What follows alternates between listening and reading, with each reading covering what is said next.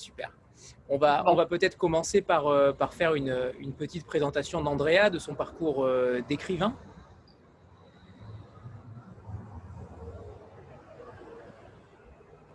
Tu peux peut-être lui demander, Lise, s'il peut... D'accord, ouais. Ok, bien sûr. Ça te dérange pas? Andrea, se puoi fare una breve presentazione del tuo percorso di scrittore. Parlo in italiano o in inglese?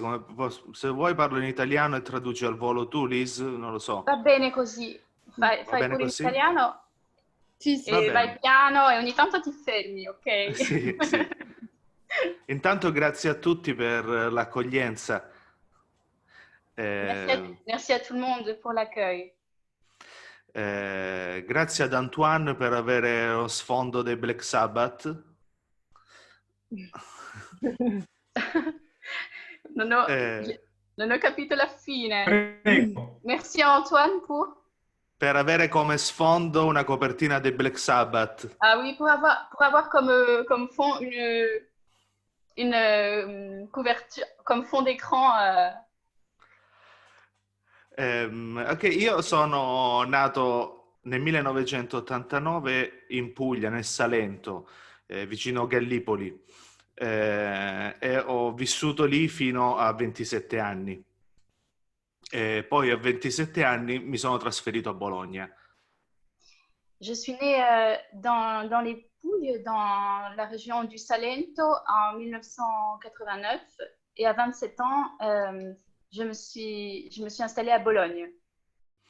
Sì, a 27 anni, quindi ho iniziato a vivere a Bologna e dove poi ho anche fatto l'università, dove ho studiato letteratura italiana. E a Bologna ho cominciato a scrivere questo romanzo. Donc, une fois à Bologne, je suis allée à l'université, j'ai étudié la littérature italienne et c'est à Bologne que j'ai commencé à écrire ce roman. Prima di scrivere narrativa avevo scritto solamente poesia oppure saggistica letteraria. Avevo pubblicato alcune piccole raccolte di poesia e qualche saggio su rivista o in volume su poeti italiani del Novecento. Avant d'écrire des romans, de la fiction, j'ai surtout écrit de la poésie et des essais, donc quelques recueils et quelques essais, notamment pour des revues. Et voilà. E ho anche collaborato con alcuni centri universitari sempre riguardanti la poesia. Quindi l'orizzonte del romanzo era per me una cosa nuova. Però avevo in mente questa storia, la storia di Io sono la bestia, da molti anni e infatti avevo anche scritto un piccolo testo teatrale con un pochino la storia che poi sarebbe andata a finire nel romanzo, in modo molto vago però. Alors, j'ai également collaboré pour divers centres, pour diverses universités, toujours avec une orientation poétique. Et j'avais en tête, dès le départ, des éléments de ce roman Je suis la bête, qui au départ a été un texte de théâtre, une pièce de théâtre, et qui a évolué ensuite vers le roman que vous connaissez. Ho iniziato, prima dicevo che ho iniziato a scriverlo a Bologna perché è una cosa molto importante. Prima di trasferirmi a Bologna vivevo a Gallipoli e mi era difficile raccontare quel territorio. Una volta andato via ho iniziato a vedere in prospettiva la mia terra d'origine e durante la prima sera bolognese ho iniziato a scrivere questa storia perché ero lontano.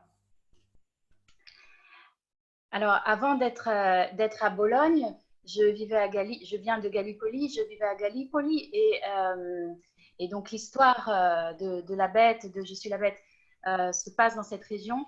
Et c'était difficile, en étant sur place, de parler de cette terre, de cette région. C'est le premier soir, la première soirée bolognaise que j'ai pu commencer à mettre en perspective ma terre d'origine et que j'ai pu commencer à raconter cette histoire avec du recul. Prima di scrivere il romanzo scrivevo solamente poesia, ignorando completamente il mio territorio di origine, parlavo di altri temi, però una volta andato via, durante la primissima sera mi sono reso conto che finalmente potevo raccontare quel territorio nella prospettiva mia personale, che non è quella comune, diffusa, un territorio turistico, di divertimento, spiagge e così via. Quindi parlare di questa storia che avevo in mente, raccontando anche degli aspetti oscuri del mio territorio d'origine, che anche in Italia è molto confuso. Confuso perché gli aspetti turistici Sì. belli e quelli più oscuri. Quelli oscuri vengono proprio eliminati, si parla Eliminati. solo di Gallipoli come località turistica. Ok. Alors, avant, donc, je me consacrais uniquement à la poésie et j'étais assez loin donc, dans les mots de ma terre d'origine dont il n'était pas évident de parler. Et c'est vraiment ce premier soir à Bologne que j'ai compris que je pouvais aussi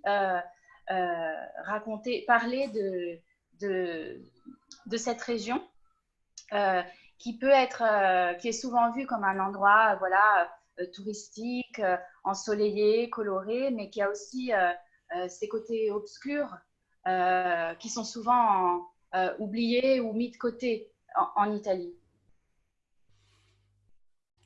Se volete proseguo, non lo so, oppure Si domande. vous avez une autre question. Oui, justement, par rapport à ça, le rapport qu'il a à la poésie et par rapport au roman, justement, comment est-il arrivé à passer outre les mots crus d'une poésie, d'un poème, à un roman qui est plus long, qui est beaucoup plus travaillé, entre guillemets. Quel est le rapport qu'il a entre la poésie et le roman? Comment a-t-il réussi à faire le switch, tout simplement? Il rapporto tra poesia e narrativa, Liz? Sì, come hai fatto, come si è fatto la transizione, il passo e qual è questo rapporto per te tra poesia e narrativa? Come... Sì. Per me è un unico discorso, scrittura poetica, scrittura teatrale e scrittura narrativa sono tutte possibilità di raccontare alcune cose. Quindi non percepisco moltissimo la differenza, anche perché scrivo molta poesia in prosa o poesia comunque narrativa. Alors pour moi, c'est un peu le même discours, le même chant, dans la mesure où il s'agit toujours de différentes possibilités pour raconter la même chose.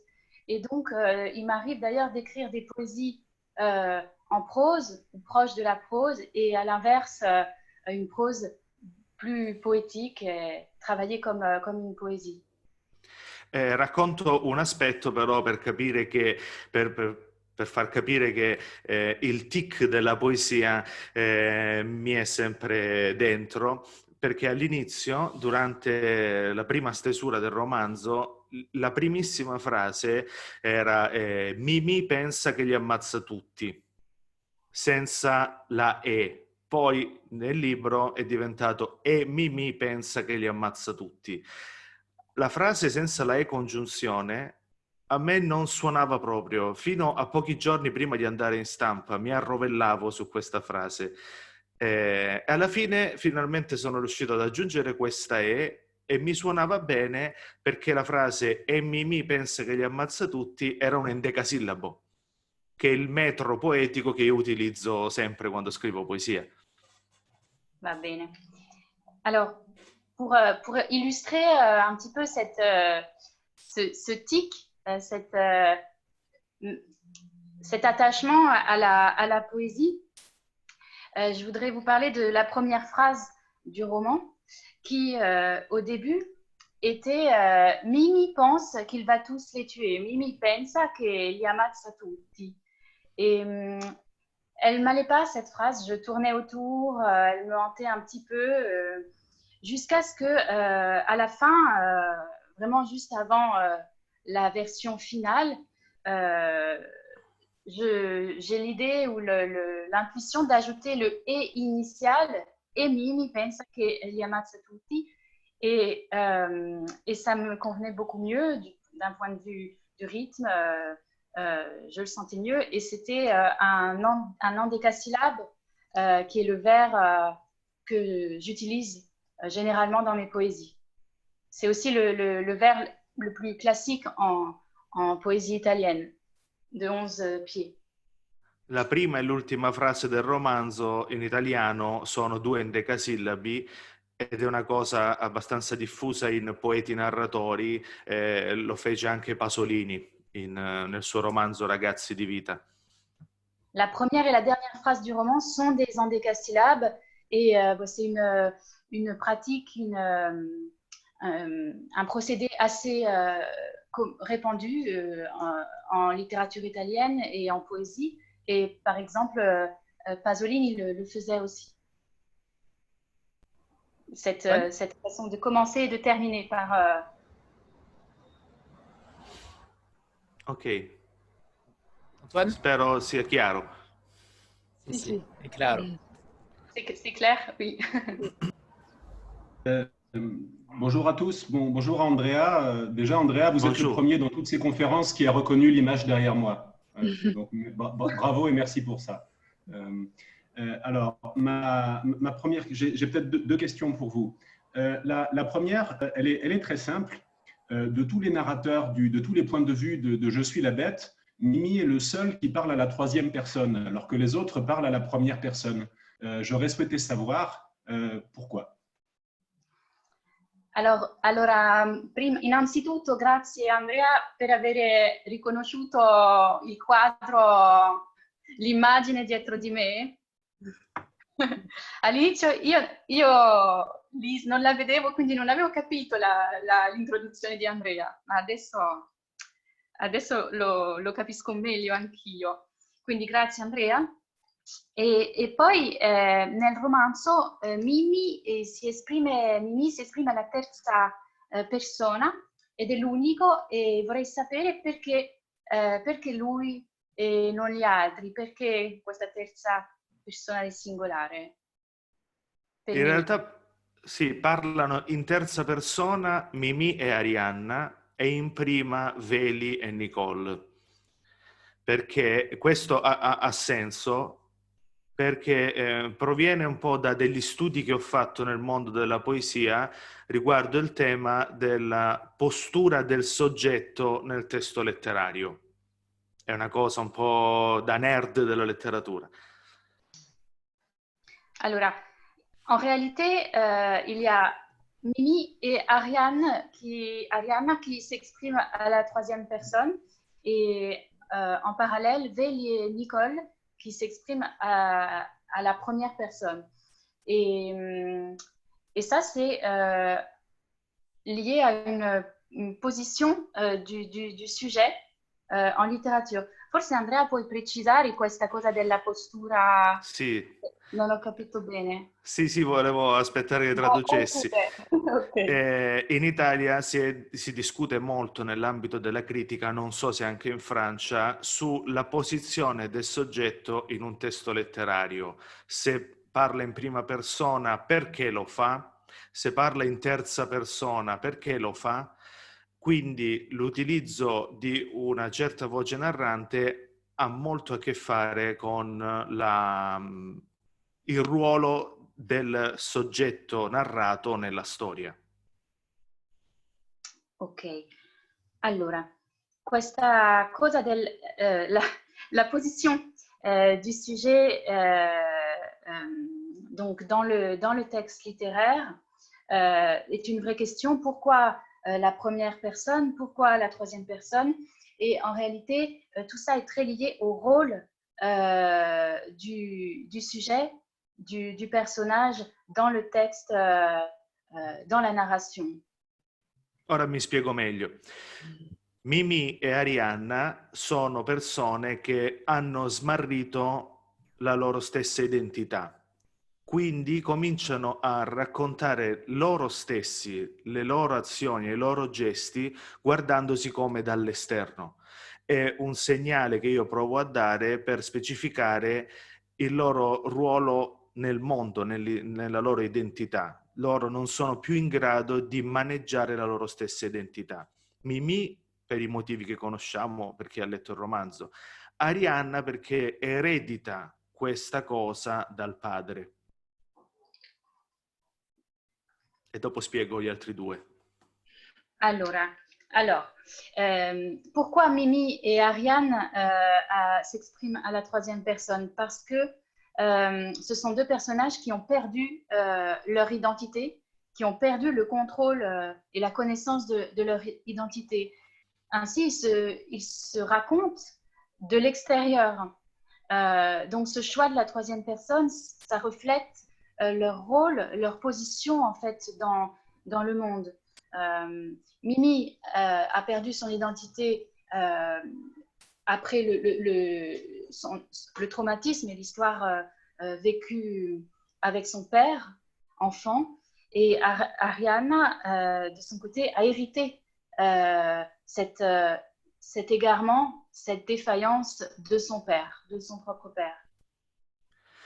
Invece Veli e Nicole sono completamente immersi in loro stessi, sono ossessionati da loro stessi, parlano solamente di loro, della loro vita, della loro problematica che vivono nel romanzo e quindi loro sono estremamente attaccati alla vita e il loro modo di parlare non può essere esterno. Au contraire, Veli et Nicole, qui s'expriment à la première personne, sont complètement plongés dans la vie et dans leur vie. Ils parlent d'eux, de leur attachement à la vie, et ça explique du coup ce choix de la première personne. È come se Veli e Nicole fossero come la poesia lirica, no? In cui c'è io che vivo, mentre invece Mimì e Arianna è come se avessero una telecamera nella testa che filma quello che fanno e loro riproducono con il loro linguaggio quello che la loro telecamera mentale vede. Donc, on peut prendre l'image de la poésie lyrique où d'un côté on aurait Veli et Nicole qui sont vraiment dans ce qu'ils racontent, qui vivent ce qu'ils racontent, et d'un autre côté Mimi et Ariana qui sont comme munis d'une caméra regardant sur leur propre vie, leur propre existence. Okay. Avant, Laurence, on est rentré très vite dans le sujet, mais on n'a pas présenté le livre. Alors, certains ne l'ont pas encore lu. Est-ce que vous pouvez nous faire un petit pitch, Laurence ou Lise d'ailleurs? Je sais que Laurence a une particularité de nous faire découvrir des merveilleux auteurs comme Romain Meignet, alors autant en profiter. Oui, je peux vous en dire deux mots. Effectivement, c'est difficile de ne pas trop dévoiler, mais on rentre tout de suite dans le vif du sujet. Donc c'est un premier roman, c'est ça qui est très très surprenant, qui se passe dans les Pouilles, on l'aura compris, donc la région d'origine d'Andrea qu'il connaît particulièrement, et on est dans cette famille, on comprend assez vite qu'on est dans une famille mafieuse, avec Mimi qui est le chef de la Sacra Corona Unita, cette mafia des Pouilles qu'on connaît finalement moins que la mafia sicilienne et la mafia napolitaine. Donc c'est une particularité aussi. Mais ce qui fait pour moi la particularité de ce roman, c'est pas un roman supplémentaire sur la mafia, même si j'aime beaucoup aussi ces univers, aussi bien dans le cinéma que dans la littérature, et que c'est sûrement ça aussi qui m'a attirée, mais c'est vraiment un roman plus sur une... On vit ça de l'intérieur, en fait. On est... Donc le point de départ, pardon, je m'égare un peu. Le point de départ, c'est Mimi, qui vient de perdre, ça c'est vraiment la première page, donc je ne vous dévoile rien, qui vient de perdre son fils, qui vient de se suicider et qui est face à ce cercueil et qui tourne autour et qui sombre un peu dans la folie parce qu'il est complètement sous le coup de la douleur, dépassé par ça, ne sait pas du tout comment réagir, et lui, son seul modus operandi habituel, c'est de se venger, de chercher un coupable et de se venger. Sauf que là, il n'y a pas de... Bon, il y a une jeune fille qui semble... qui aurait éconduit son fils et qui pourrait être vaguement vue comme coupable, mais il y a évidemment bien d'autres raisons. Seulement Mimi va s'arrêter là et va chercher à se venger de cette jeune fille. Donc je ne vous en dis pas plus parce que sinon ce serait trop dévoilé, mais la particularité du roman, c'est qu'après, on rentre, chaque chapitre est consacré à un personnage. Donc, on a des points de vue très différents avec une langue extraordinairement travaillée et qui fait rentrer vraiment dans la tête de chaque personnage. Donc, que ce soit Mimi, sa fille, sa femme, Véli, qui est le jeune homme qui va l'aider dans l'enlèvement de la séquestration de la jeune fille. Enfin, ce qui est très intéressant, c'est qu'on n'a pas un point de vue unique on a un point de vue de la famille des mafieux, mais aussi de tous les gens qui l'entourent, des gens qui subissent. Et donc, on perçoit bien l'emprise aussi de cette mafia sur toute une ville et sur le quotidien aussi, parce que là, il y a cette histoire qui est particulièrement forte, parce que c'est le délitement d'une famille aussi, et comment la violence, la vengeance se transmet de génération en génération, mais aussi de quelle manière ça se diffuse au quotidien, la terreur qu'il instille dans toute une population. Voilà, je ne sais pas si j'étais très claire, mais en tout cas, c'est extrêmement prenant. Ce qui est très, très fort, c'est qu'il y a un suspense, il instille des indices. Enfin, c'est vraiment construit comme un polar un petit peu. Mais il y a une psychologie des personnages qui est très forte et très attachante. Ce qui est assez désarçonnant, c'est que même les personnages les plus horribles, en fait, on se prend de passion pour eux. Enfin, on se met à les comprendre, au moins pendant un moment. Et ça, c'est très fort parce qu'on s'identifie à chacun à tour de rôle. Voilà. C'est exactement ça. Bon, j'adore vos pitchs, hein, ça je le dis et le répète, mais c'est exactement ça. Pendant une page, on les aime, pendant une autre page, on les déteste. C'est véritablement ça, en fait, et c'est très puissant. Sandra ? Oui, bonjour Laurence, Lise et Andrea. Merci Lise pour l'exercice de traduction. Bon, d'abord, je suis en cours de lecture du roman et vraiment, c'est captivant. Ça remue les émotions terriblement. Voilà, il y a une force autant que dans le titre finalement. Hein. Cette force, on la ressent déjà dans le titre et alors quand on lit, c'est l'explosion. Laurence, vous parliez à l'instant des personnages. Moi, justement, je suis assez subjuguée par ces personnages au contour et à la profondeur vraiment impressionnante, saisissante. Je voulais savoir comment Andrea avait construit ces personnages. Est-ce qu'il avait été inspiré par des personnes qu'il a côtoyées? Est-ce qu'il a fait des recherches? Voilà, comment il a construit ces personnages si saisissants. Merci. Allora, io sto leggendo il romanzo con grande emozione e la forza è presente sin dal titolo, già in se stesso molto forte. E vorrei sapere, Andrea, come ha costruito i suoi personaggi, da dove vengono, come gli è venuto l'ispirazione, se corrispondono a dei personaggi veri o meno. Allora, io sono cresciuto a Gallipoli dove quando sei un bambino o anche un adolescente sei immerso in una serie di racconti quasi che sostituiscono quasi le favole tradizionali, tutti che hanno a che fare con la Sacra Corona Unita. Storie quasi sempre inventate che i ragazzi, i giovani si raccontano tra di loro. Si crea una specie di mitologia privata attorno alla Sacra Corona Unita. Alors, moi j'ai grandi donc à Gallipoli et là-bas, enfants, adolescents, on grandit plongé dans un univers tissé d'histoires que se transmettent les adolescents des histoires qui impliquent la Sacra Corona Unita, la mafia. Il y a une sorte de mythologie privée qui circule autour de la Sacra Corona Unita avec toutes ces histoires et donc des personnages, j'imagine. E allora io ho preso un po' di questi racconti che avevo ascoltato quando ero ragazzo e li ho uniti per creare una storia inedita. Ad esempio si raccontava che c'era un casolare nelle campagne dove imprigionavano le persone. Non è mai stata confermata questa cosa, probabilmente una leggenda, però ecco, quello è un esempio di elemento proveniente da queste storie che ho inserito. Allo stesso modo, quindi i personaggi sono ispirati da figure che potrebbero far parte di quelle leggende. Alors, typiquement, ouais, pour construire ce roman, j'ai pris quelques histoires, quelques-unes de ces histoires qui circulaient. Notamment, il y en avait une qui parlait d'une vieille ferme, d'une propriété où la Sacra retenait enfermées ses victimes.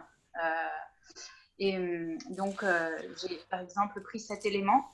Et de la même manière, des personnages, des figures un peu légendaires de cet univers-là.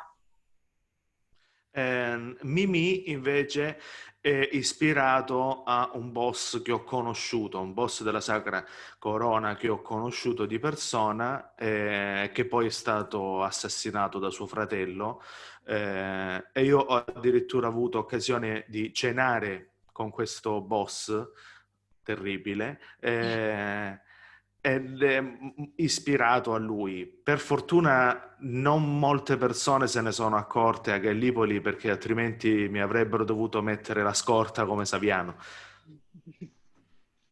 Alors, Mimi, il est inspiré d'un personnage réel qui est un parrain, un boss de la mafia que j'ai connu. J'ai même dîné avec lui un soir. Et cet homme a été assassiné par son frère par la suite. Et bon, cette histoire à Gallipoli, les gens ne sont pas trop au courant, et heureusement, parce que sinon j'aurais dû être mis sous escorte comme Saviano. Sono stato fortunato da un punto di vista della vita, ma sfortunato da un punto di vista economico in questo senso. J'ai eu de la chance du point de vue de la vie, mais moins du point de vue économique. Quindi tutti i personaggi sono bene o male di fiction, inventati, un po' ispirati a qualcuno, però comunque inventati. L'unico personaggio che posso definire strettamente autobiografico è quello di Michele, che è ispirato al me stesso di quando avevo 15 anni. Donc tous les personnages sont un mélange, sont un peu à mi-chemin entre la fiction et la réalité.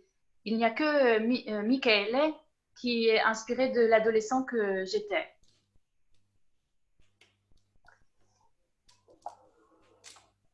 Stéphanie? Oui, bonjour à tous, bonjour Andrea. Alors, moi j'ai lu votre livre et je me suis quand même pris une claque parce que c'est très fort, et surtout du point de vue de la langue, j'ai trouvé qu'il y avait une vraie force aussi bien dans les dialogues et que ça contaminait aussi le récit. Et donc j'avais une question par rapport à la langue. Est-ce que pour vous, la langue, ça permet en quelque sorte de transmuer la noirceur et la monstruosité? Ça, c'est ma première question. Et deuxième question, c'est pour rebondir sur ce que vous avez dit. J'ai aussi pensé à Salviano quand j'ai lu ça, forcément, parce que c'est la mafia. Et je me suis vraiment demandé si c'était possible d'écrire quelque chose comme ça sans craindre pour sa vie à un moment donné et ne pas s'exposer à des trop grands dangers. Et concernant la langue, autant préciser également que Lise a fait un travail merveilleux, parce que c'est elle qui a donc traduit le roman. Donc, les deux sont conjointement liés. Merci beaucoup. C'est vrai, c'est vrai. Merci beaucoup. Alors, Andrea, riguardo alla lingua e alla sua forza grandissima, per te, in che senso e in quale misura la lingua può trasmettere tutto quel nero, tutta quella mostruosità. Questa è la prima parte della domanda, poi c'è una seconda parte. Se puoi parlarci della lingua e per te di come questa lingua e fino a che punto la lingua possa trasmettere il nero. Ok, il torbido. Devo ritornare al mio trasferimento da Gallipoli a Bologna per parlare della lingua, perché io ho iniziato a scrivere il romanzo a Bologna non solamente per quella cosa di cui parlavamo prima, della prospettiva, ma anche perché una volta trasferito a Milano ho scoperto una cosa importantissima, cioè che io non penso in italiano. Io penso in dialetto, sogno in dialetto e in questo momento sto traducendo dal dialetto all'italiano e per questo sarebbe difficile parlare francese perché dovrei fare un sacco di traduzioni. Alors, la première chose que je dois dire, c'est que quand je me suis installée à Bologne en quittant Gallipoli, j'ai fait une découverte. J'ai découvert que je pensais en dialecte, que je rêvais en dialecte, que j'étais habitée par ce dialecte. Et là, quand je vous parle, je traduis du dialecte vers l'italien. Donc, c'est déjà un premier point par rapport à la langue que j'utilise et qui est présente dans le roman. Ecco, di questa cosa me ne sono potuto rendere conto solamente vivendo in una città dove non potevo parlare il mio dialetto, perché era come se fossi in Erasmus praticamente, come se fossi uno straniero. Però ho deciso di sfruttare questa caratteristica, questa mia caratteristica mentale, e ho iniziato a scrivere il romanzo, specialmente i personaggi di Mimì e di Nicole, traducendo simultaneamente. Io pensavo in dialetto, scrivevo, traducendo simultaneamente la traduzione. Alors, à Bologne, donc, j'ai compris, je me suis rendu compte que je ne pouvais pas parler en dialecte. J'étais un peu comme un étranger, comme un étudiant Erasmus. Et j'ai décidé d'exploiter cet écart, ce déracinement linguistique quelque part. Et comment? Eh bien, j'ai commencé à écrire le roman et en particulier les paroles de Mimi et Nicole en pensant en dialecte, mais en traduisant en italien, tel quel, leur discours. E quello che vedevo nella pagina scritta era un italiano molto strano, non era un italiano standard, era una vera e propria traduzione dal dialetto all'italiano senza filtri e mi soddisfaceva perché era molto oscura, molto nera, perché il dialetto di Gallipoli è effettivamente una lingua molto gutturale, molto oscura, molto ancestrale quasi. E ho capito quindi che stavo facendo la scelta giusta per raccontare la storia che avevo in mente.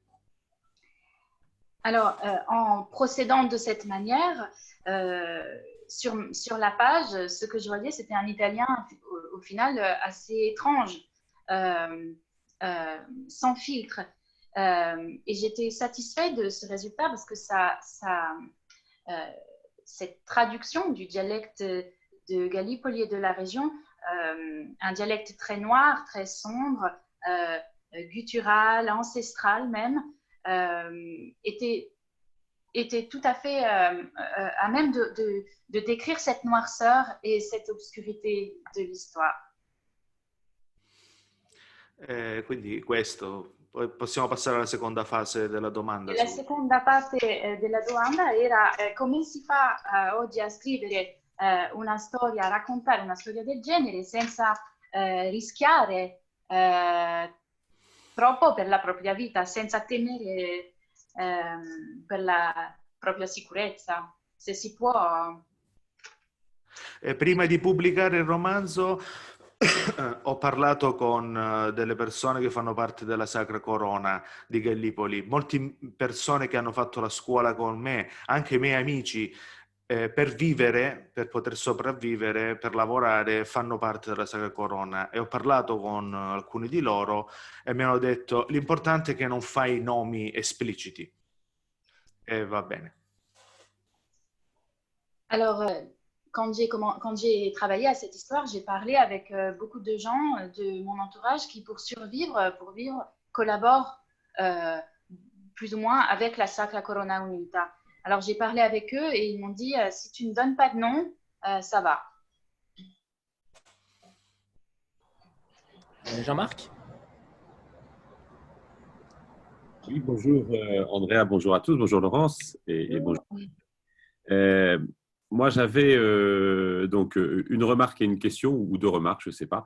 La première, c'est j'ai vraiment été, alors comme tout le monde, frappé par la force et la puissance vraiment du livre, et notamment dès le début. Enfin, rien que la première page, elle est absolument incroyable. On est tout de suite attrapé. Et la première remarque, et il se trouve que je l'ai lu après dans un article, c'est vraiment le contraste entre cette force, cette puissance, cette ambiance et ce prénom de Mimi qui en français est tout mignon. Enfin, Mimi, c'est un nom de chat, quoi. C'est pas un nom de parrain de la mafia. Alors, ma première remarque, c'était d'abord de dire que j'ai apprécié ce contraste-là et de savoir si en italien, c'était aussi quelque chose justement qui était aussi contrasté. Et puis la deuxième chose, c'est que j'ai vraiment eu l'impression pendant toute ma lecture d'être dans un drame antique. Alors, je ne sais pas si c'était voulu et si ça l'a inspiré. J'avais l'impression de retrouver des éléments de tragédie grecque avec les rivalités entre les familles, avec les rivalités croisées entre personnages, avec les rivalités de génération, d'amour contrarié. Voilà, je ne spoile pas toutes les choses, mais on sent ce drame antique monter en puissance et je voulais également savoir si ça l'avait traversé ou inspiré. Allora, anch'io sono stato colpito dalla potenza, dalla forza del romanzo sin dalla prima pagina, e anche da un contrasto un po' sorprendente, quello del personaggio di Mimì, terribile, terrificante, e di questo nome, di questo soprannome di Mimì, che è quasi dolce, quasi un nome di gatto, per dire, un po' tenero. Quindi vorrei sapere se questo contrasto esiste pure in italiano, perché? E questa è la prima parte della domanda, poi c'è un'altra parte. Sì, si sente anche in italiano e anche questo è ispirato al boss mafioso che conoscevo davvero, che si chiamava Salvatore e lo chiamavano tutti Nini con la N. È un modo di chiamare le persone, soprattutto nella mia regione di provenienza, chiamarli con il nomignolo che avevano da bambini, anche da adulti. Lo stesso caso per Veli, che si chiama Emanuele, che però il vezzeggiativo da bambino solitamente diventa Veli. Quindi i vezzeggiativi da bambino vengono mantenuti sin da adulti. Per me è una cosa veramente terribile vedere un uomo cattivo con il nome di un bambino. E questo, Andrea, è una cosa tipica della tua regione, di questa zona, oppure esiste anche... Da noi è tipico sostanzialmente, Okay. però qualche volta succede anche in altri posti d'Italia. Per esempio c'è il regista Nanni Moretti, si chiama Giovanni in realtà, però il nomignolo da bambino era Nanni. Ok. Alors, pour répondre, donc là aussi cet élément, ce contraste du surnom de Mimi et avec le personnage, le fond du personnage, s'est inspiré directement de ce fameux parrain que j'ai rencontré, qui s'appelait Salvatore et que tout le monde appelait Mimi avec un N. Et c'est vraiment typique cette façon de faire, de donner aux adultes le surnom, le petit nom qu'ils avaient quand ils étaient enfants. C'est quelque chose d'assez répandu. Et de la même manière, Velli, c'est le diminutif de Emanuele dans le roman. E la seconda parte della domanda? La seconda parte era che questa storia, questo romanzo, evoca il dramma, è costruito e evoca un dramma antico e contiene tanti elementi vicini alla tragedia greca. Per esempio le rivalità tra generazioni, i conflitti tra generazioni, le famiglie, gli amori proibiti e quindi vorrei sapere se sono elementi che ti hanno ispirato direttamente, in quale misura. Sì, sì, assolutamente. Il teatro in genere mi ha molto ispirato nella genealogia che dalla tragedia greca fino a Shakespeare, fino ad arrivare a Edoardo De Filippo. Edoardo De Filippo è un scrittore teatrale italiano del Novecento che per me è stato assolutamente fondamentale perché è riuscito a raccontare il backstage che è la famiglia. Noi passiamo la vita sempre on stage, in scena, il backstage della famiglia può nascondere di tutto. Per me è stato molto importante il magistero di Edoardo De Filippo, che comunque ha preso anche dalla tragedia greca. Alors oui, bien sûr, le théâtre pour moi est très important et a guidé mon travail d'écriture de la tragédie grecque jusqu'à Shakespeare et jusqu'au XXe siècle. C'est Edoardo De Filippo. Edoardo De Filippo qui est un homme de théâtre italien très important, fondamental, qui savait décrire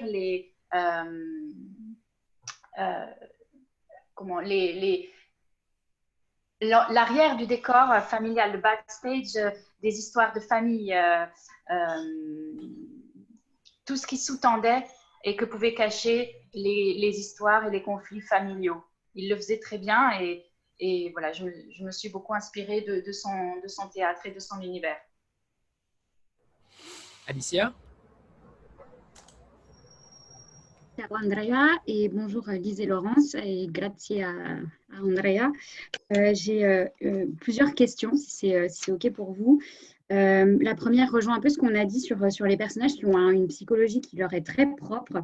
Et moi, je voulais savoir comment Andrea arrivait finalement à créer des voix qui étaient si reconnaissables. C'est-à-dire que même si on n'avait pas le nom des personnages pour chaque chapitre et même si ils nous parlaient de leur liste de courses, on saurait finalement qui est qui en fait. Donc, comment il arrive à jongler finalement avec ces différents styles.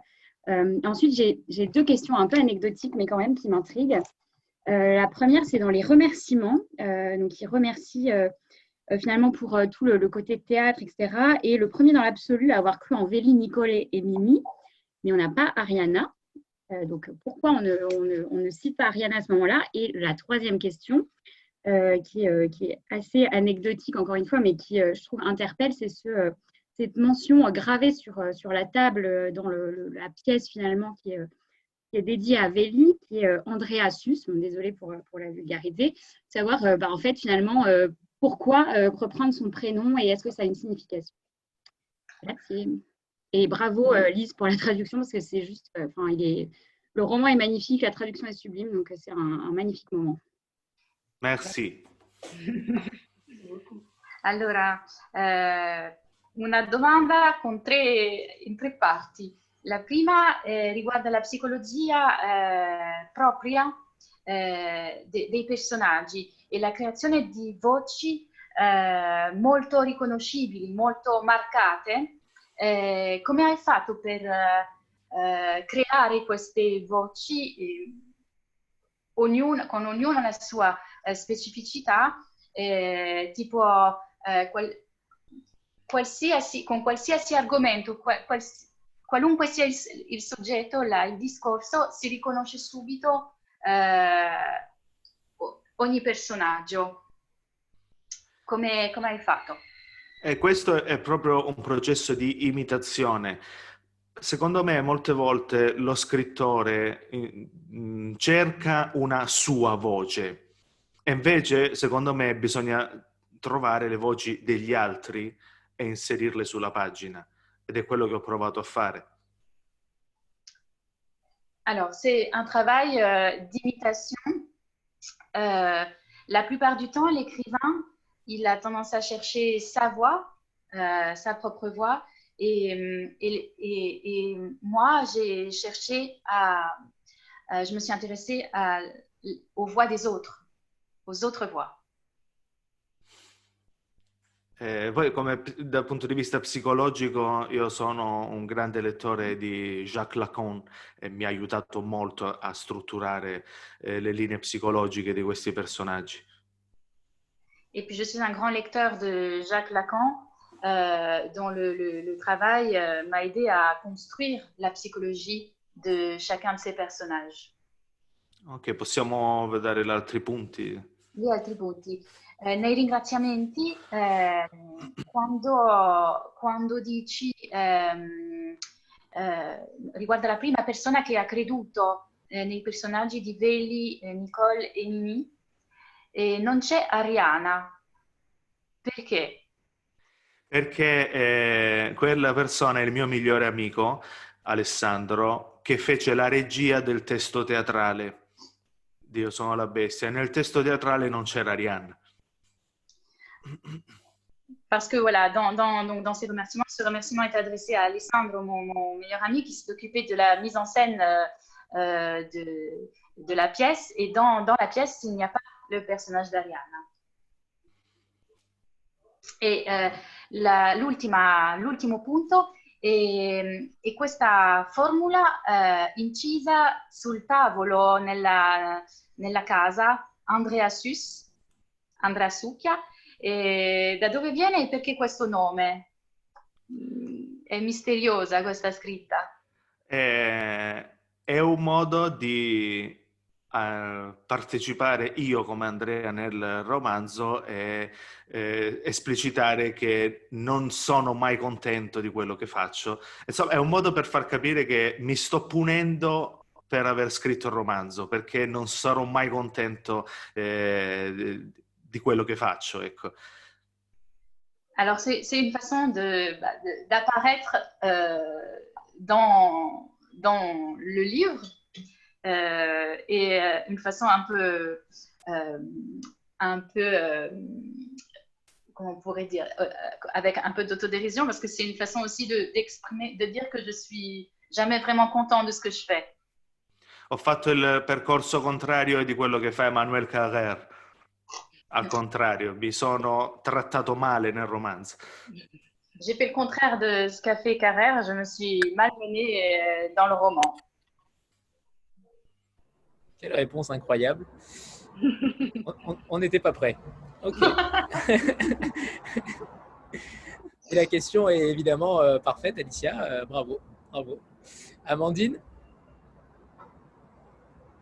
Bonjour, je vous remercie parce que j'ai lu le roman hier et je l'ai dévoré. Et ma question, c'était plus par rapport aux inspirations que vous avez pu avoir. J'ai vu notamment qu'au début du roman est cité Giorgio Caproni. Donc, est-ce que vous avez des inspirations au niveau de vos lectures qui vous ont permis d'écrire ce magnifique roman? Merci. Allora, una domanda rispetto alle fonti di ispirazione letteraria degli altri libri, tipo le poesie di Giorgio Caproni, che sono proprio all'inizio citate, se ci sono altri testi, altri autori che ci hanno ispirato. Sì, un po' tutti i personaggi hanno degli autori di riferimento. La poesia del Novecento italiana è per me un riferimento generale, perché per alcuni anni è stato addirittura il mio lavoro, quindi così. Però, per esempio, Mimì è ispirato fortemente a Thomas Bernhard. Veli è ispirato in particolare alla scrittura di Georges Perec nel romanzo Un uomo che dorme e così via. Per esempio Nicole è un personaggio vicino a un romanzo di Niccolò Ammaniti che è uno scrittore italiano, il romanzo si chiama Io non ho paura, non so se è mai uscito in Francia. Quindi diciamo che ogni personaggio ha i suoi riferimenti letterari. La grande ispirazione generale sicuramente De Filippo di cui parlavo prima, e poi ognuno ha queste coordinate. Bernard in Mimì, secondo me, in italiano quantomeno è molto visibile. Bernard, chi è che è ispirato a Mimì. sì, Mimì. E l'altro, l'uomo che dorme, è Veli, che è Veli. chiuso, no? Alors, tous les personnages renvoient, enfin, sont inspirés de figures littéraires ou d'œuvres, d'autres œuvres littéraires. Bon, la poésie, évidemment, du XXe, De Filippo, dont on a déjà parlé, mais par exemple, Mimi, de Thomas Bernhard, Veli, inspiré de L'homme qui dort, de Georges Perec. C'est Georges Perec. Oui, mais Georges Perec, L'homme qui dort, bien sûr. Et Nicole, d'un roman de Niccolò Amaniti, un auteur italien, Je n'ai pas peur, qui a été traduit en français. Sì, poi come dire, il fatto che io sia uno a cui piace leggere, al contempo però non mi permette di rintracciare tutte le ispirazioni che ho. Cioè, leggo e poi quello che succede, succede. Après, j'ai pas la possibilité d'aller tout le temps identifier ou reconnaître les différentes sources d'inspiration que j'ai. Si elles viennent, elles viennent. Sinon, voilà, Rita? Oui, alors bonjour. Alors tout d'abord, j'ai aussi lu votre roman et je l'ai adoré. Un roman totalement captivant. Désolée pour la voix, je suis un peu enrhumée. Et donc en cours pour le finir, totalement addictif. Donc bravo à vous Andrea, mais aussi à vous Lise. Je rejoins totalement Anthony. Vous avez réussi à nous livrer un texte incroyable, enfin poignant, et aussi beaucoup d'émotions de la plus belle des manières. Donc merci beaucoup. Alors pour ma question, j'ai compris que c'était initialement une nouvelle qui a été adaptée en pièce théâtrale. Alors ma question, est-ce que cette pièce est toujours jouée en Italie? Quels sont les retours ou quels ont été les retours? Est-ce qu'elle a été alimentée suite à la version finale du roman? Et est-ce que c'est la raison aussi principale qui vous a poussé, Andrea, à opter pour la forme polyphonique? j'ai pas bien entendu la fin. Alors la dernière partie, c'est est-ce que c'est la raison principale qui a poussé Andrea à opter pour la forme polyphonique? Le théâtre, donc. Oui. Ah, est-ce que c'est en fait pour garder est-ce qu'il a utilisé plusieurs voix pour que ça reste aussi en tant que pièce théâtrale et que ça puisse continuer, voire être alimenté, voire l'alimenter encore suite à la version finale du roman? Si j'ai bien compris, c'était initialement une pièce de théâtre. Allora, anch'io ho adorato questo libro e quindi grazie. Ho capito che all'inizio era un racconto e anche un'opera teatrale, e vorrei sapere come è stata accolta l'opera teatrale in Italia, se è sempre in scena, se va sempre in scena tuttora, e in quali misure le due stesure si sono nutrite, se questo lavoro iniziale teatrale ha alimentato la stesura finale del romanzo, e viceversa, se questo romanzo adesso compiuto potrebbe di nuovo tornare in scena, andare in scena. Allora, prima di tutto spero che ritorni in scena, magari con un'altra scrittura teatrale. Due, molti dialoghi che erano presenti nella drammaturgia sono andati a finire nel romanzo. Poi rispondo all'altra cosa. Non ho capito le tue ultime parole. L'ultimo dialogo, scusami, molti dialoghi presenti nel romanzo sono stati presi direttamente dalla sceneggiatura teatrale. Ok. Donc, première chose, j'espère que ce texte va être à nouveau mis en scène et joué, représenté. Et beaucoup des dialogues, nombre des dialogues qui sont présents dans le roman proviennent directement de la pièce de théâtre iniziale. Specialmente tra Veli e Nicole, perché la pièce teatrale era incentrata su Veli e Nicole. En particulier les dialogues entre Veli et Nicole, parce que la pièce de théâtre était centrée sur ces deux personnages. Per tornare al primo punto, la pièce andò malissimo. Abbiamo fatto pochissime repliche per due motivi. Uno, secondo me, non fu messo in scena molto bene, e questo lo posso dire tranquillamente perché il regista era il mio migliore amico e le lo dico ancora oggi. E due, perché quei temi non interessano molto alle persone del Salento, perché fu messo in scena solamente in alcune città del Salento, proprio in provincia di Lecce. E magari, non so se siamo in ritardo, però posso raccontare un aneddoto sulla faccenda della messa in scena teatrale, però se siamo in ritardo no.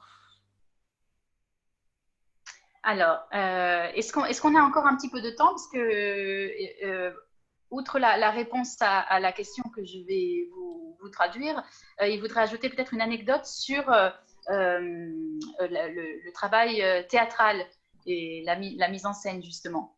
Est-ce qu'on a encore un petit peu de temps pour ça? On a tout le temps nécessaire, Lise. On peut rester là encore des heures.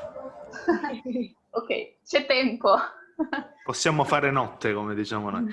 Allora, la prima messa in scena avvenne non mi ricordo quale anno, 2015, ma avvenne perché io e un gruppo di ragazzi di Gallipoli riuscimmo ad aprire nuovamente un teatro comunale che stava chiuso. Questo teatro era chiuso perché ci abitava e ci abita tuttora nel loggione la mamma del boss Nini, Salvatore, e quindi non si poteva fare arte, non si potevano fare spettacoli. Dunque noi riuscimmo comunque ad aprirlo e abbiamo messo in scena questo spettacolo che voleva essere un po' un segno di protesta, di civiltà, che però non fu assolutamente accolto. La mamma del boss si affacciò da dove abitava, guardò lo spettacolo e basta, è finita lì. Un fallimento totale anche da un punto di vista civile. Allora, prima rispondo all'inizio della domanda. Alors d'abord, je réponds au début à la première partie de la question. Il y a eu très peu de représentation de la pièce parce que, bon, je peux le dire, puisque c'est mon meilleur ami, bon, la mise en scène était moyenne. Par ailleurs, c'était des thèmes, ce sont des thèmes qui intéressent finalement assez peu les gens, les locaux en fait, les gens du Salento. Donc, c'était pas vraiment à la hauteur de nos espérances. Et puis une petite anecdote, donc pour la première mise en scène avec mon ami, on a réouvert un théâtre qui était fermé et il était fermé parce qu'à l'intérieur, il vivait la mère, la maman de Nini.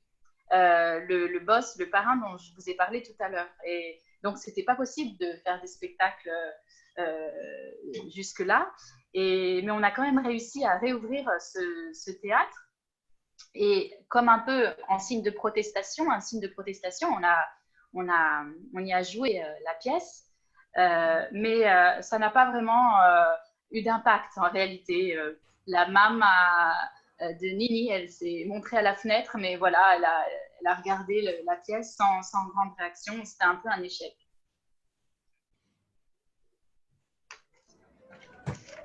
Martine?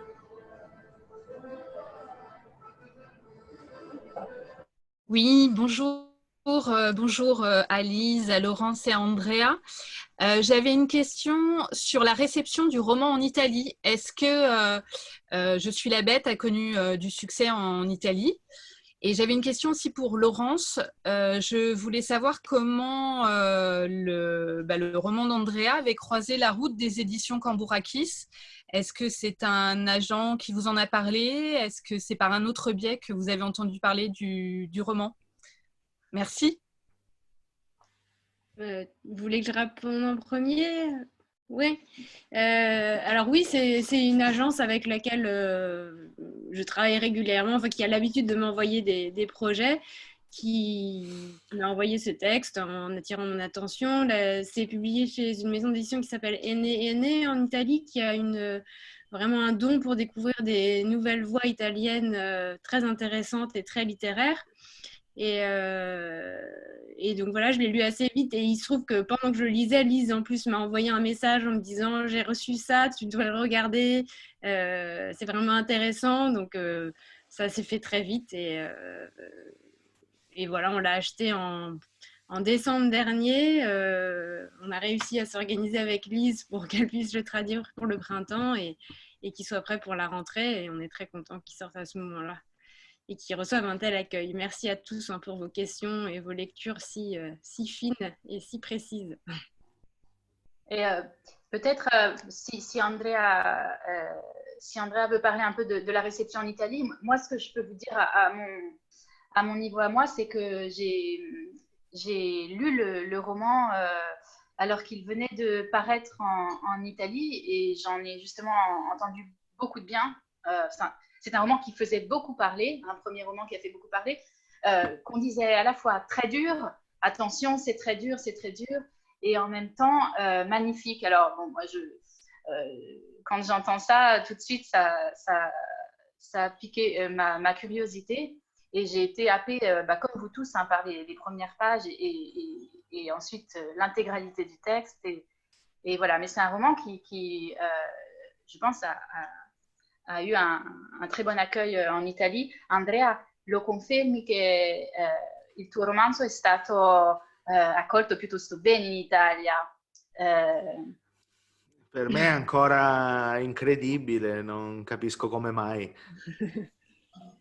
Beh, pour moi, I c'est don't know encore... why. Pourquoi? No, per me è stato già incredibile scoprire che il romanzo sarebbe stato pubblicato in Italia, quindi immaginate sapere che è stato pubblicato anche in Francia. Io ancora devo metabolizzare la notizia italiana, quindi è proprio incredibile. Pour moi, c'était déjà incroyable que le roman soit publié en Italie. Alors imaginez qu'il soit publié en France. Je suis encore en train d'intégrer le fait qu'il est paru en Italie. Antoine? Alors, j'ai une question pour Lise. Alors, Laurence, vous sembliez nous dire à la fin de votre dernière réponse que le roman avait un bon accueil en France. J'aimerais en savoir un peu plus, parce que effectivement, le premier roman d'un auteur qui est poète à l'origine en littérature étrangère et qui n'est pas anglo-saxonne, il ne part pas avec toutes les garanties de faire un tabac. Donc, ça m'intéresserait que vous élaboriez un peu sur l'accueil qu'il a reçu et les perspectives que vous ressentez. Alors, effectivement, en ce moment, la littérature américaine est un peu omniprésente, mais la littérature italienne connaît quand même un regain d'intérêt en France depuis quelques années. Il y a notamment les effets Elena Ferrante et autres, et heureusement bien avant. Enfin, il y a quand même beaucoup d'auteurs italiens qui occupent la place. Alors, le livre est en librairie depuis une semaine, donc c'est un peu court encore pour dire si vraiment ça marche ou pas, mais on voit déjà dans les premiers chiffres de vente que il y a un intérêt, et surtout ce qui nous a conforté dans le fait que le livre pourrait vraiment être un petit succès, c'est les remarques de libraires. En fait, on a envoyé énormément d'épreuves du livre, comme on vous a envoyé dès le mois de juillet, et tout de suite on a eu des retours de libraires, mais au moins une cinquantaine avant la parution, et on attend encore le retour négatif. Je serais presque intriguée d'avoir une remarque négative, mais pour l'instant c'est que des retours extrêmement enthousiastes de la part de lecteurs très différents, aussi bien d'amateurs de textes très littéraires ou de plus de lecteurs de polar. Enfin, c'est vraiment extrêmement rassurant. Maintenant, on attend un peu que l'enthousiasme se transmette vraiment au lecteur. Il y a eu pour l'instant un article dans Le Monde jeudi dernier. Je sais qu'il y en a d'autres qui sont préparés, qui vont. Donc la presse va suivre et ça va prendre un peu de temps. Et le succès, je pense que c'est vraiment le bouche à oreille. Donc on compte vraiment sur les libraires, sur vous, sur tous les journalistes pour que le succès se diffuse un peu parce qu'en effet, pour l'instant, Andrea est inconnu en France, mais j'espère qu'il ne va pas le rester longtemps. Merci. Alors, on a été plusieurs à souligner le travail de traduction réalisé sur ce livre parce qu'il conserve en français une vraie musicalité. On sent on sent la dimension poétique du texte. Alors, j'aurais aimé savoir, Lise, si ça avait été un défi particulier, si vous étiez habitué à traduire de la poésie ou si vous veniez plutôt du roman, et si vous avez été très littéral ou si vous avez dû faire des choix pour garder une musicalité en français, sachant que ce matin, on mesure bien la différence de musique entre le français et l'italien. Alors, merci pour cette question. Un défi, oui, tout de suite. Quand j'ai lu le livre, les premières pages, Laurence l'a dit, il fallait le traduire vite et j'aurais tout fait pour... j'aurais tout décalé, j'aurais tout bougé pour pouvoir le traduire parce que cette langue-là, ça arrive rarement, mais ça arrive quelquefois, hein, quand je commence à lire un livre et que déjà, il y a la traduction qui vient. Comme une musique qui s'impose, comme une syntaxe qui est déjà là, des mots qui apparaissent comme ça, comme par transparence. Donc ça, c'est des signes qui sont très nets, qui sont très forts, et du coup, il y a une envie de traduire et qui a un véritable élan. Et bien sûr que étrangement, mais ça vient sûrement ce que disait Andrea tout à l'heure sur le dialecte et la manière dont lui-même a travaillé, qui était déjà une traduction. Du coup, étrangement, il y avait des passages entiers. Est-ce que ça tient, du coup, oui, à ce dialecte, à cette langue parlée qui suit un peu le cheminement de la pensée? Il y a des passages qui venaient de manière assez fluide et pour lesquels finalement, je n'ai pas eu à tout bouleverser d'un point de vue syntaxique. Bien sûr, en lisant à haute voix, il y avait des petits ajustements à faire, des choix pour par exemple, des interjections, des jurons, des mots très familiers à transposer. Donc là, oui, il y a des choix qui s'imposent et un mimétisme à garder d'un personnage à l'autre pour que la cohérence de la psychologie perdure, soit bien conservée. Donc ça, c'était un gros travail d'unification globale. Mais finalement, il y a une musique dans ce livre et une poésie assez naturelle. C'est ce qui en fait c'est ce qui fait toute sa force. Mais par exemple, on a hésité avec Laurence sur la première phrase, hein, l'attaque du roman, où on a... j'ai donc traduit Mimi va les tuer tous. Enfin, c'est peut-être pas exactement ça, j'ai plus. Mais on avait hésité entre va tous les tuer ou va les tuer tous. Je me souviens qu'on avait ce. Mais finalement, on a collé à l'italien parce qu'il y avait ce rythme-là, cette espèce d'attaque un peu comme ça, tombante, comme un coup près qui amorçait voilà, l'entrée dans le texte. Et même si en français, on aurait peut-être plus couramment dit va tous les tuer, voilà, ça s'est vraiment passé comme ça pour je dirais, à plus grande échelle sur le roman. Et quant à moi, je n'ai pas traduit réellement de poésie, mais j'ai évidemment une grande sensibilité à ce genre littéraire. J'ai traduit des romans avec une dimension poétique forte, donc c'est quelque chose qui me plaît beaucoup. Est-ce que, avant de passer la parole à Rita, est-ce que Lise, vous pouvez nous lire un petit extrait du livre? Et si Andrea l'a également en italien, ce serait formidable d'avoir une version un peu bilingue d'un extrait traduit.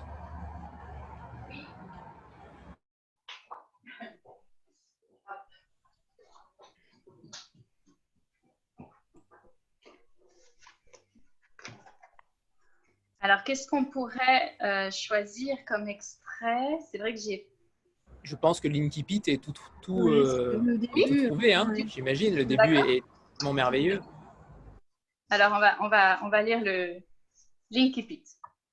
Est-ce qu'on fait le français d'abord ou... L'idéal serait que vous fassiez votre extrait en français et que Andrea le fasse en italien derrière. Mais je ne sais pas s'il a le livre sur lui ou pas. Je lui demande. Andrea, se sei d'accordo, possiamo leggere un brano. Sarebbe l'Inkipit, se hai il libro con te. Devo andare a prenderlo di là un attimo. Ok, ok. Il va chercher le livre. Super. Bon. Vous pouvez commencer, Lisa. Je commence. Ça lui laisse, Voilà. ça lui laisse le... Très bien. Et Mimi pense qu'il va les tuer tous, s'ils ne partent pas. S'ils ne partent pas d'ici, s'ils ne le laissent pas seul dans ce salon. Mimi va faire un carnage, il va les tuer tous. Dans ce salon où il y a eu de bons moments, rien que des bons moments, des soirées à jouer aux cartes, du vin, des amis, des parents, des discussions, des projets, des rires, les femmes à côté en train de dormir, dans ce salon qu'on n'ouvrait que pour ça, pour les soirées. Et maintenant, tout est humide, tout suinte, avec un cercueil fermé, entouré de chaises, des chaises partout. Les femmes, assises, qui se donnent de l'air avec leurs éventails, les hommes, debout, qui vont et viennent, les vêtements, la peau, tout est humide, tout suinte, même les meubles, tout. Les personnes, les tasses, les thermos, les cafetières, tout. Et il y a une odeur dans ce salon, une odeur insupportable qui se dépose partout, de café corretto à l'anis. Seuls les hommes le boivent, tandis qu'ils vont et viennent, échangent des signes, des regards. Les femmes, non. Certaines pleurent, certaines fixent le sol, tout agitées sur leurs chaises, muettes. Les hommes sortent fumer, rentrent, s'observent, des signes, des regards. Il y a une espèce d'odeur dans ce salon et des fleurs, des couronnes de fleurs autour du cercueil. Tout est humide, tout suinte. On continue? Oui. Ah bah Andrea est revenu, c'est bon. Il est revenu. Ouais. Merci Elise. Devo leggere io, quindi?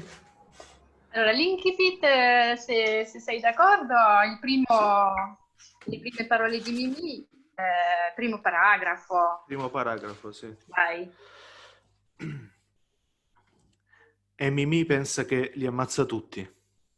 Tutti, se non se ne vanno da lì, se non lo lasciano da solo in quella sala, Mimì fa un macello, li ammazza tutti. In quella sala dove ci sono stati momenti belli, solo momenti belli, serate di carte, vino, amici, parenti, discorsi, progetti, risate, donne di là a dormire, in quella sala, che le si apriva solo per questo, per le serate, e ora tutto umido, tutto suda. È una bara chiusa, circondata dalle sedie ovunque. Le donne sedute che si fanno aria con i ventagli, i maschi in piedi che vanno e vengono, i vestiti, la pelle, tutto umido, tutto suda, i mobili pure, tutto. Le persone, le tazze, i termos, le mocche, tutto.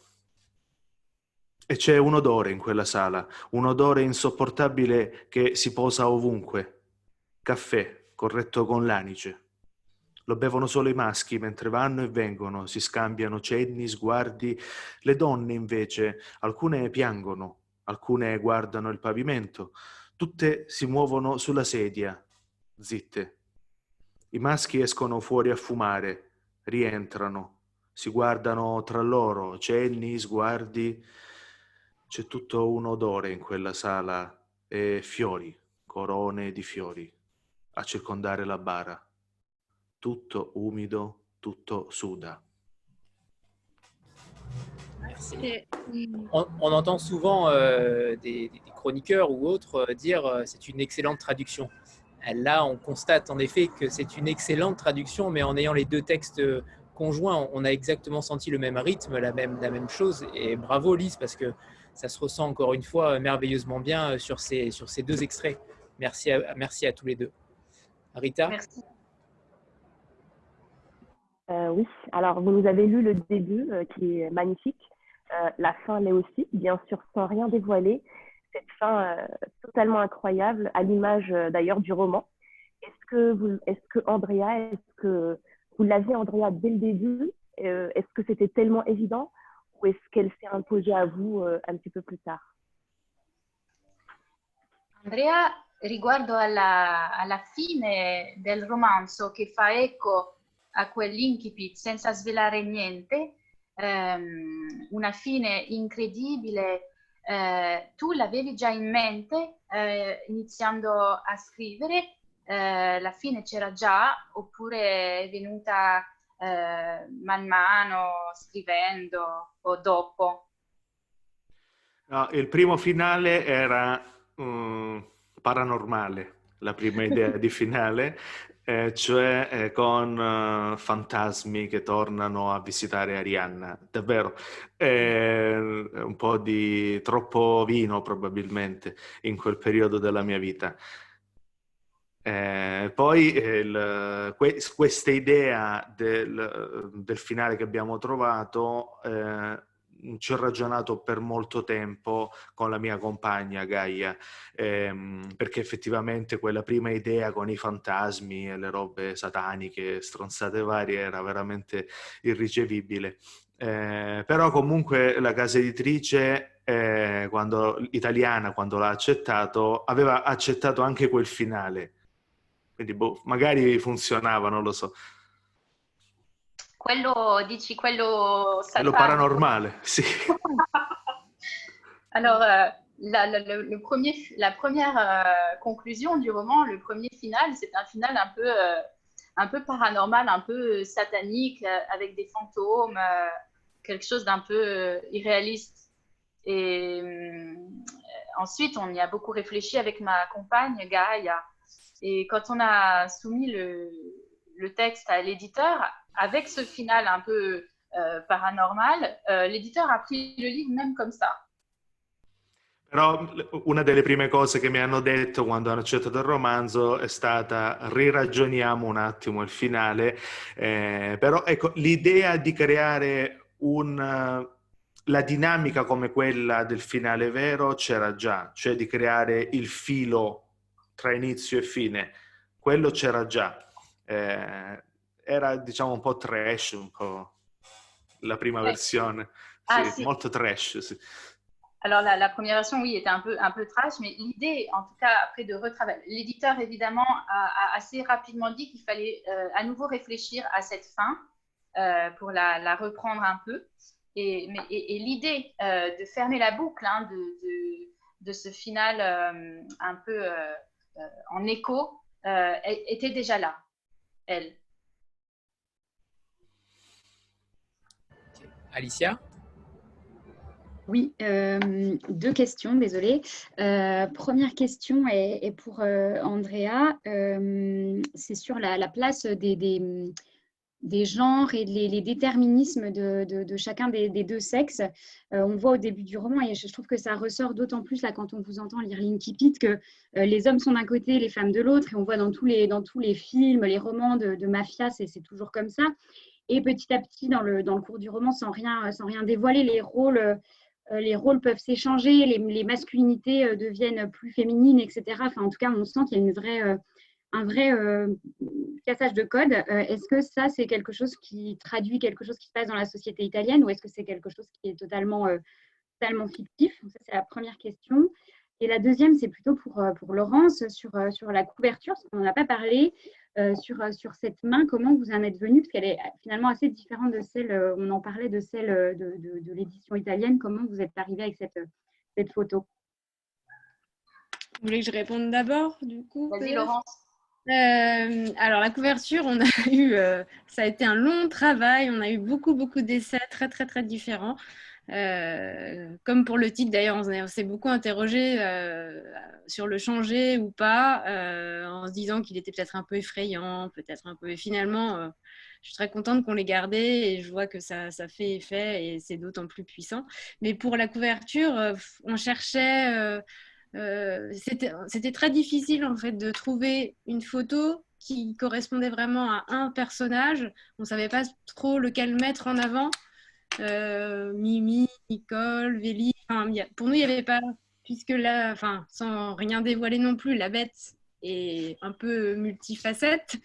C'était un peu dommage pour nous de privilégier un personnage plutôt qu'un autre.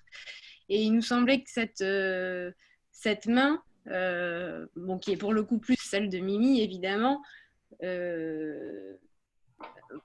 transmet un peu toutes sortes d'émotions ambivalentes qui correspondent à la lecture, à la fois quelque chose de, une forme d'emprise, une forme de...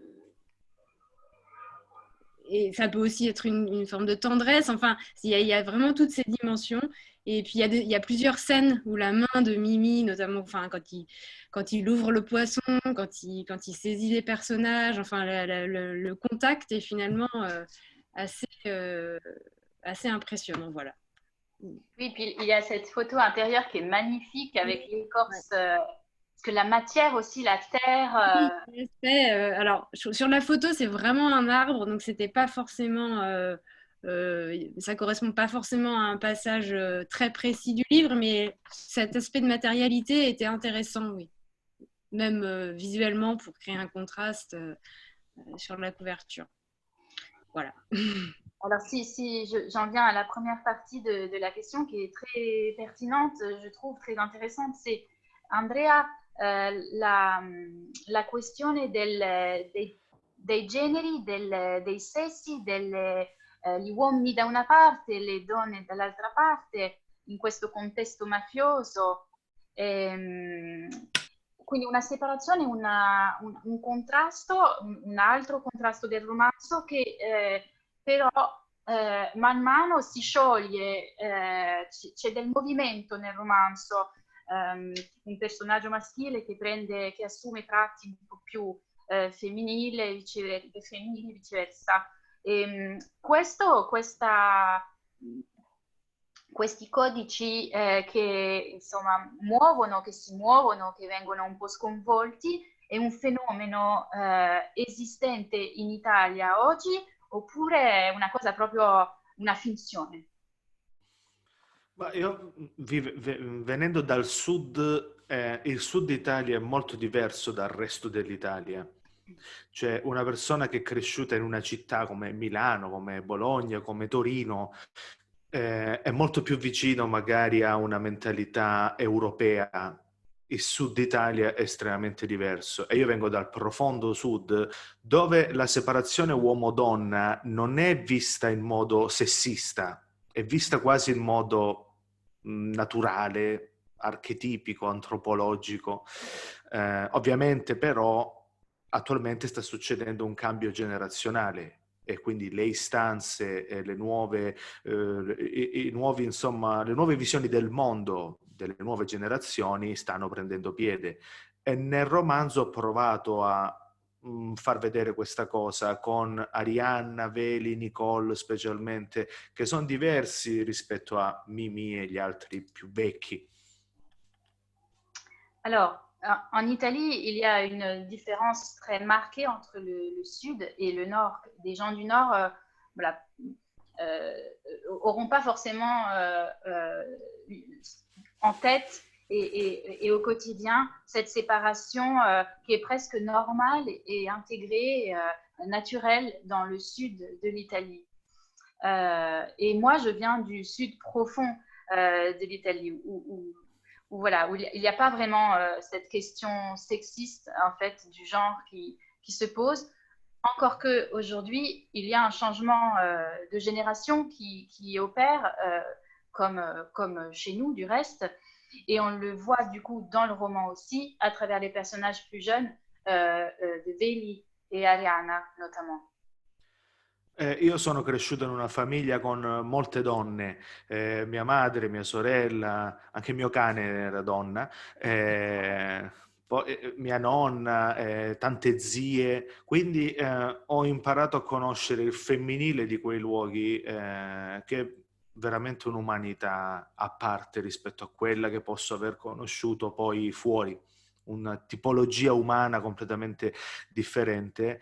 E per esempio la moglie di Mimì, Marta, è il contrario delle donne con cui sono cresciuto.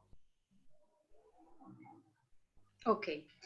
Moi, j'ai grandi entourée de nombreuses femmes, beaucoup de femmes, des tantes, voilà, ma mère, même mon chien était une femelle. Alors,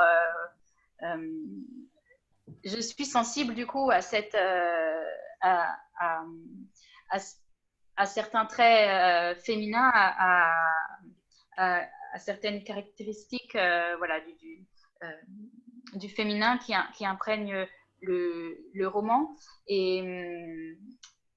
Par exemple, la femme de Mimi dans le roman, c'est le contraire des femmes avec lesquelles j'ai grandi.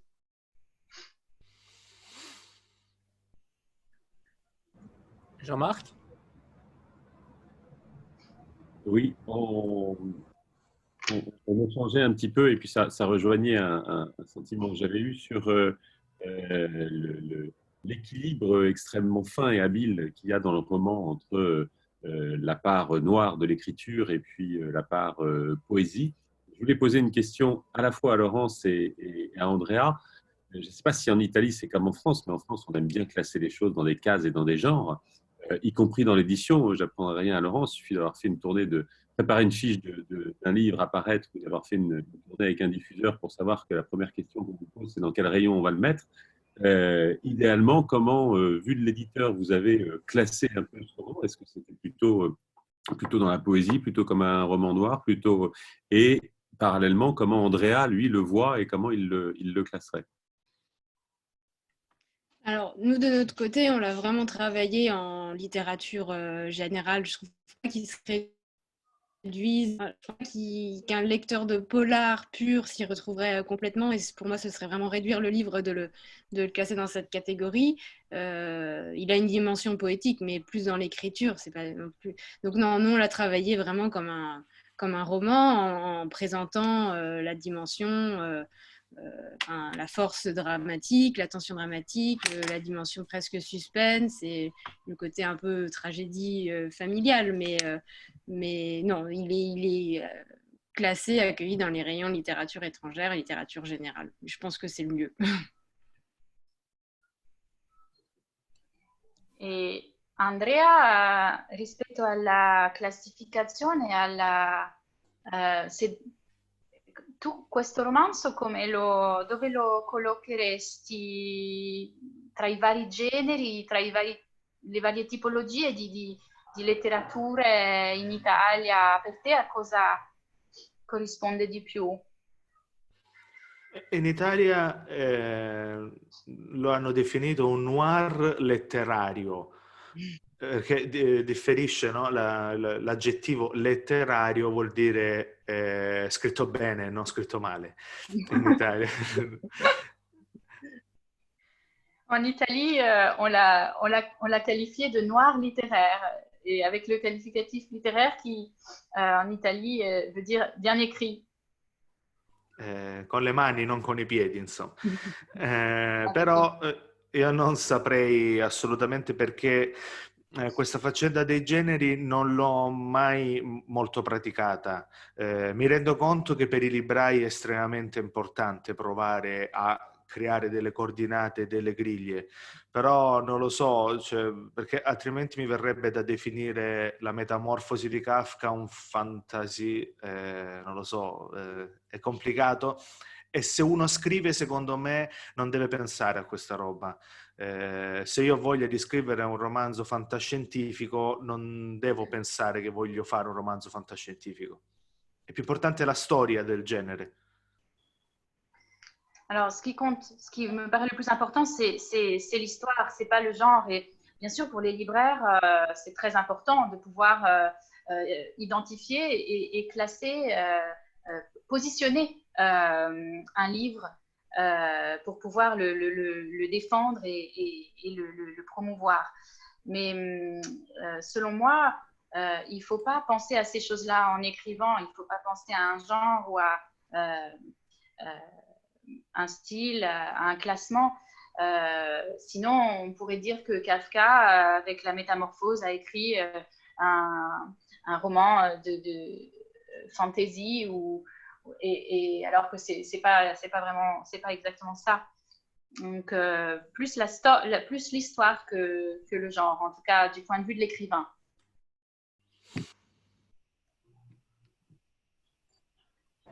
Stéphanie? Oui, alors moi j'ai noté une phrase qui m'a beaucoup marquée dans le passage où Nicole et Vénie sont dans la maison tous les deux. Donc je vous la lis, c'est les guerriers en temps de paix s'attachent entre eux. Et donc j'ai trouvé ça extrêmement fort parce qu'au plus profond de la monstruosité et de la noirceur, il y a encore cette lumière-là. Donc est-ce que vous y croyez vous-même en fait à cette lumière? Est-ce que c'est de l'amour? Est-ce que c'est je ne sais pas justement, je vous pose la question.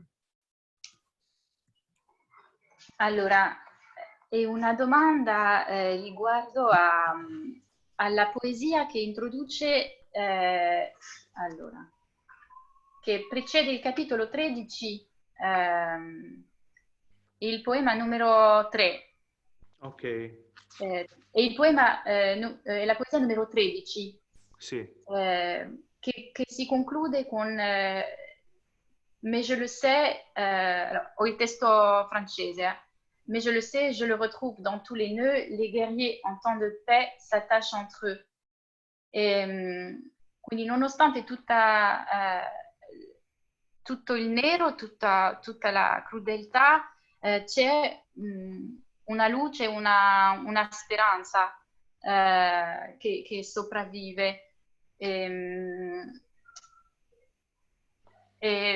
Non so je sais pas si je traduis bien ta question, Stéphanie. Alors, je parle pas italien, donc je sais pas exactement ce qui a été dit, mais si tu peux. Oui. C'est ce vers-là en particulier qui... Oui, disons, j'ai trouvé que c'était très lumineux parce que c'était très lumineux dans quelque chose de très noir et je me suis demandé si de mettre cette phrase, c'était quand même placer le désespoir dans le pire, en fait, dans le pire des situations, dans la pire des situations. Sì, per te Andrea, questa luce che compare alla fine di questa poesia significa che insomma c'è sempre un pochino di speranza nonostante tutto il nero, tutta la tragedia. Beh, il mio pensiero, sì, però non lo so se è il pensiero dei personaggi del romanzo, cioè all'interno del testo non ho trasferito molto della mia visione del mondo, della mia propria visione del mondo. All'interno del testo volevo indagare quei momenti in cui la luce non può esserci assolutamente. In quella poesia vediamo la luce per Michele, che purtroppo corrisponde alla morte, però.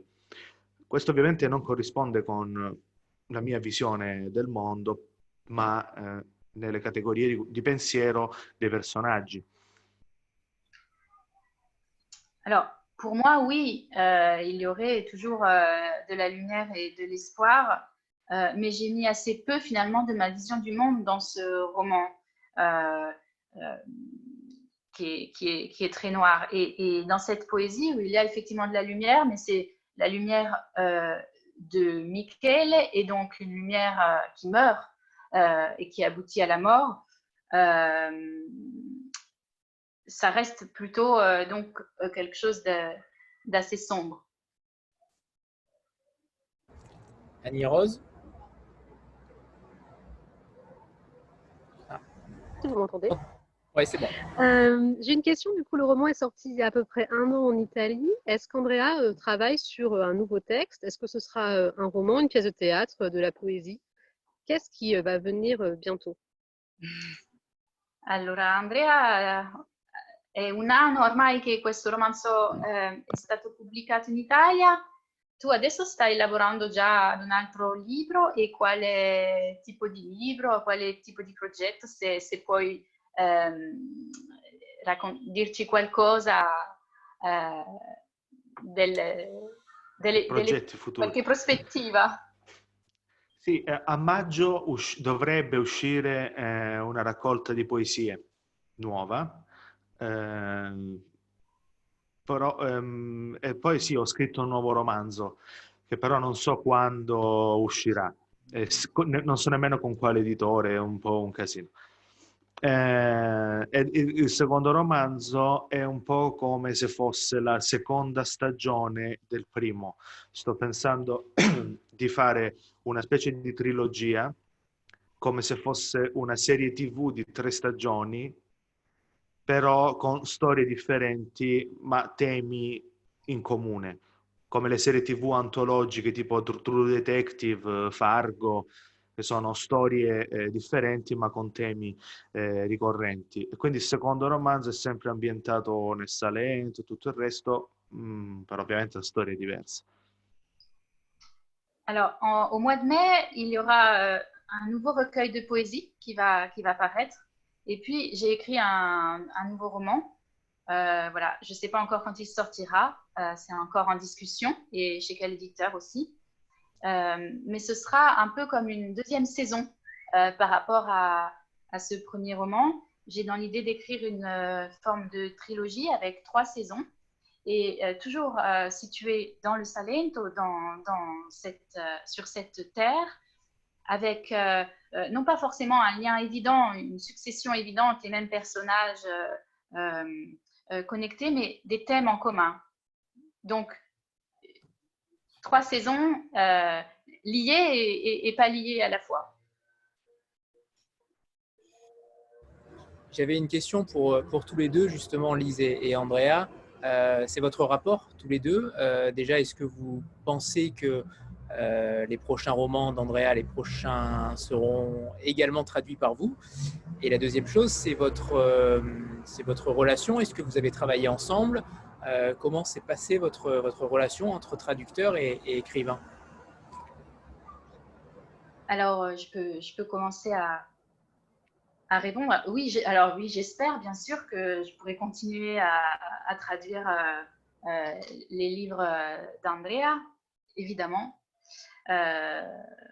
D'autant que voilà, quand le lien est créé, c'est vraiment quelque chose de précieux et voilà, c'est un peu ça va un petit peu de soi qu'il y ait ce désir de poursuivre l'aventure. Et par rapport au travail en lui-même, donc j'ai eu un délai de traduction assez resserré par rapport à d'autres projets que j'ai pu faire. Les délais varient, donc j'ai vraiment traduit de bout en bout ce texte, et aussi parce que la forme l'imposait, en fait, une espèce d'immersion.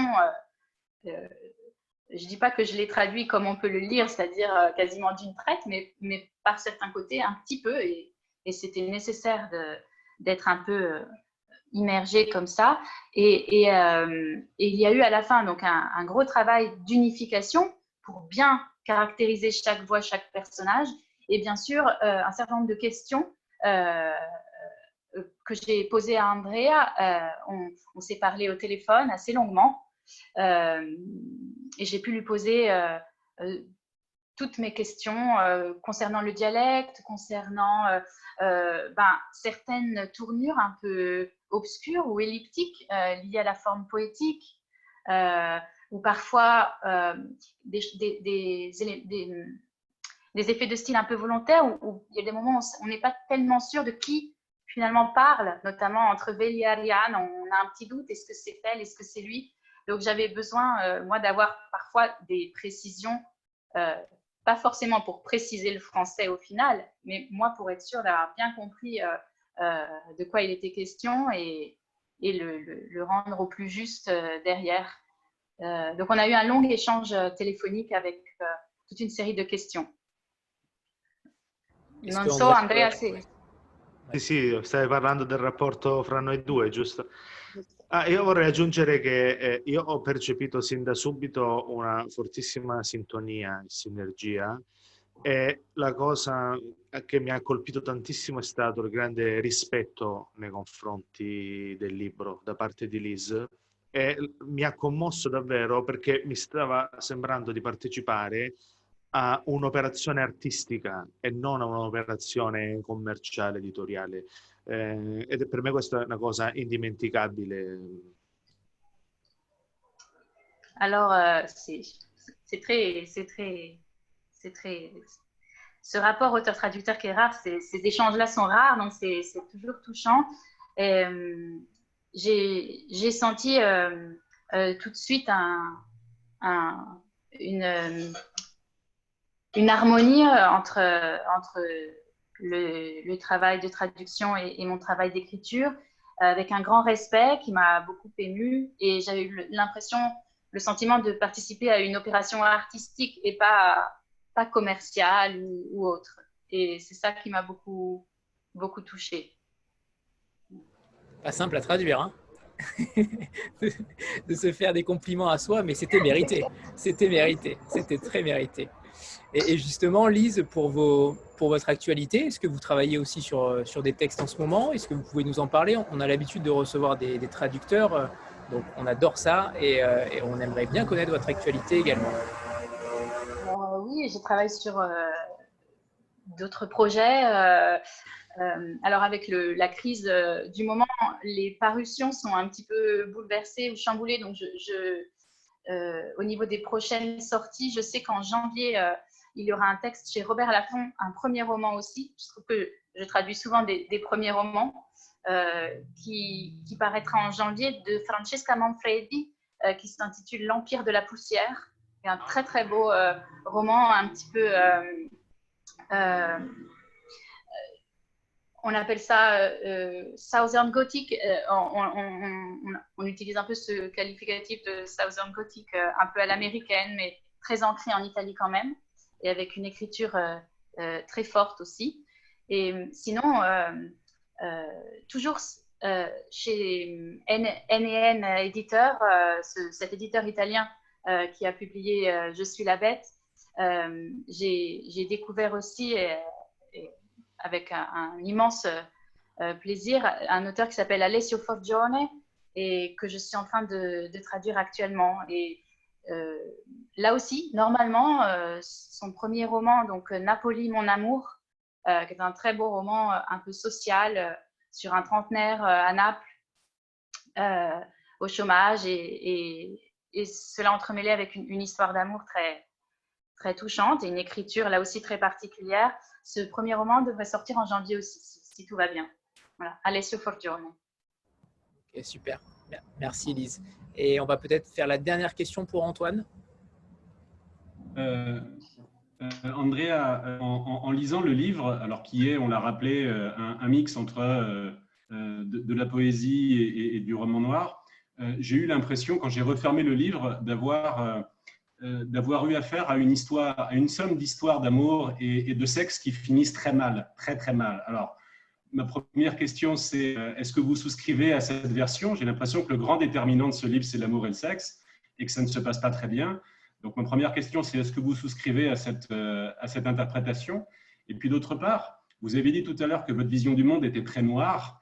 Est-ce que vous vous sentiriez capable d'aborder dans votre art, peut-être l'avez-vous déjà fait, mais par la poésie ou par le roman, l'amour, mais par un biais un peu différent, des histoires un peu plus solaires? Ou alors, est-ce que c'est vraiment cette veine-là très sombre que vous souhaitez continuer à creuser? Allora, Andrea, in questo libro ho avuto la sensazione che ci sia una successione di storie d'amore che finiscono male e durissime. E quindi, prima cosa, vorrei sapere se tu aderisci, se questa visione dell'amore corrisponde al